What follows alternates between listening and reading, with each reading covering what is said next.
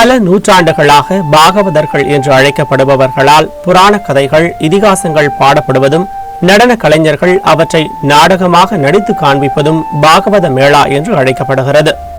அழிந்து வரும் கலைகளில் ஒன்றாக உள்ள பாகவத மேளா நரசிம்ம ஜெயந்தியை முன்னிட்டு தஞ்சாவூர் மாவட்டத்தில் 6 இடங்களில் நடைபெற்ற நிலையில் தற்போது மெலட்டூர் மற்றும் சாலியமங்கலம் பகுதிகளில் மட்டுமே நடைபெறுகிறது. தொடர்ந்து இவ்விரு பகுதிகளிலும் பழமை மாறாமல் இவற்றை நடத்தி வருகின்றனர்.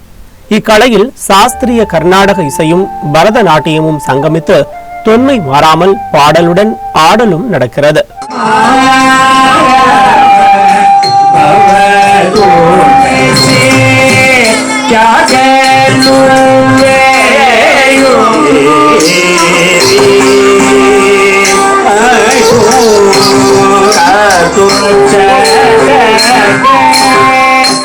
இக்கலையின் சிறப்பு இதில் நடிக்கும் கலைஞர்கள் தொழில்முறை கலைஞர்கள் அல்ல.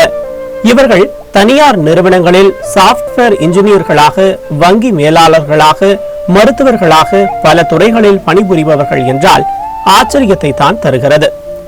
மெலட்டூர் பாகவத மேளா அப்படிங்கிற இந்த அரிய கலை இந்த மண்ணில் கிட்டத்தட்ட ஒரு 400-500 ஆண்டுகளாக இருந்துகிட்டு இருக்கு. தஞ்சையை ஆண்ட நாயக்க மன்னர்கள் காலத்திலேருந்து இந்த கலையானது இந்த மண்ணில் இருக்குது.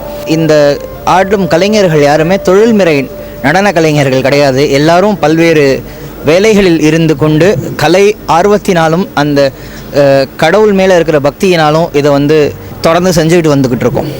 இவர்கள் இந்த நாடகம் நடத்துவதற்காகவே வெளியூர்களிலிருந்து முன்னதாக வந்திருந்து விரதம் இருந்து நாடகத்தை நடித்து கொடுக்கின்றனர். அனைத்து கதாபாத்திரங்களையும் ஆண்களே வேடமிட்டு நடித்து காட்டுவது இதன் தனிச்சிறப்பு.